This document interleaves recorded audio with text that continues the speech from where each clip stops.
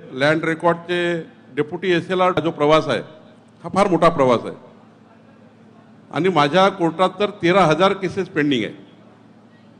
Till 12-13 पासून 1912-13 पासून. बापरे. तर मग मी विचार केला की 12-13 पासून जर 13,000 परिवार या मंत्रालयाचा खेटा घालतात आहे तर या देवेंद्र फडणवीस सरकार जे आमचं सरकार आहे जे आमचं देवेंद्रजीचं सरकार आहे हे सरकार गतिमान पारदर्शी आणि लोकाभिमुख करायचं असेल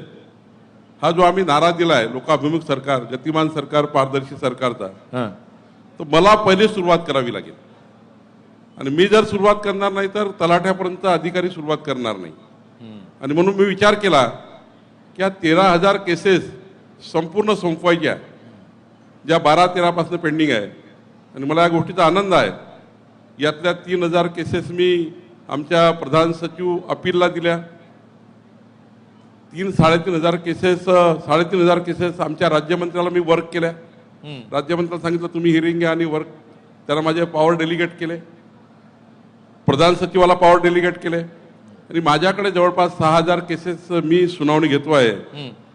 आणि या गोष्टीचा मला आनंद आहे की जवळपास 2,000 केसेस मी सुनावणी घेतल्या 1200 ऑर्डर पास झाले आणि आता या पुढच्या 3 वर्षामध्ये महसूल मंत्र्याकडे एकही केस शिल्लक राहणार नाही 12-13 पासूनचे सर्व बॅकलॉग पूर्ण करून रोजच्या येणाऱ्या 20-25 केसेस ज्या असतात त्या सुद्धा त्याच्या संपवायच्या आणि मी सर्व प्रशासनाला सूचना दिल्या आहेत कॉशी ज्युडिशियली केस ज्या असतात त्या तातडीनं संपल्या पाहिजे 3 महिन्याच्या वर केस चालू नये खरं तर तहसीलदार टू मंत्री ही जर केस चालायची असेल तर वर्षभरापर्यंत या वर्षभरामध्ये त्या परिवाराला न्याय मिळाला पाहिजे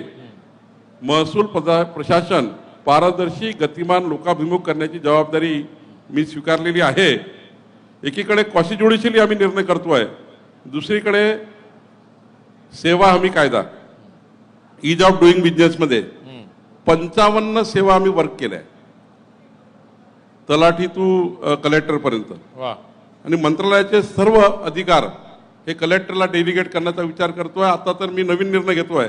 माननीय मुख्यमंत्र्यांनी मला सूचना दिली आहे की छोटे छोटे शर्तभंग एखाद्या बिल्डरनी त्यांच्या कामात केलेला शर्तभंग एखाद्या सरकारी जमिनीचा शर्तभंग हा मंत्र्यापर्यंत येतो ते सर्व पावर आता मी जिल्हाधिकाऱ्याला देणार आहे जिल्हाधिकारीच त्या ठिकाणी ते अंतिम करू शकतील त्यामुळे मंत्रालयाच्या खेटा मारण्याची गरज नाही तात्पर्य एवढंच आहे की गतिमान सरकार पारदर्शी सरकार लोकाभिमुख सरकार चालवण्याकरता आम्ही कटिबद्ध आहोत आणि पुढच्या 3 वर्षानंतर मी जर अजून चांगला प्रयत्न केला 3 वर्ष एखाद्या वेळी 4 वर्ष लागतील पण माझा विचार आहे एकाही व्यक्तीला तहसील कार्यालयात जाण्याची गरज पडणार नाही त्याच्या मोबाईलवरच सर्व सेवा त्या व्यक्तीला मिळायला पाहिजे तहसील कार्यालयामध्ये गर्दीच दिसणार नाही ही भूमिका स्वीकारण्याचा माझा प्रयत्न आहे. वा वा वा वा वा जोरदार टाळ्या झाल्या पाहिजेत. खरंच आहे म्हणजे एनए परवाना मग तुकडेबंदी कायदा तो रद्द केला पासपोर्ट कार्यालयासारखं रजिस्ट्रेशन मॉडेल